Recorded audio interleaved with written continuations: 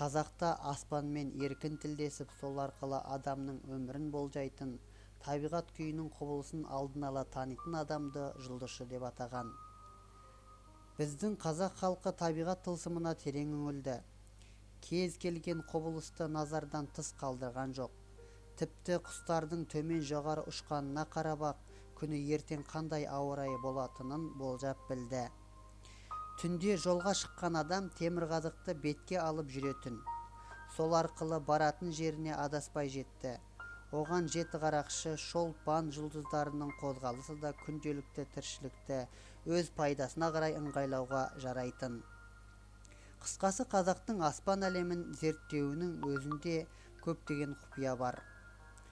Жұлдызшылық тек қана қазаққа ғана емес, жалпы адамзат баласына бұрыннан-ақ таныс болған.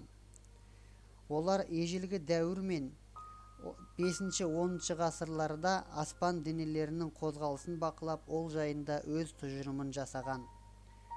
Біздің арғы тегіміз ежелгі түркі тайпаларында да жұлдызшылар болған. Қазақ тілінде жеті қарақшы, үркер, темірқазық, босаға, таразы, тағы басқа көптеген жұлдыз атаулары бар. Олар бізге ежелгі түркілер дәуірінен жеткен.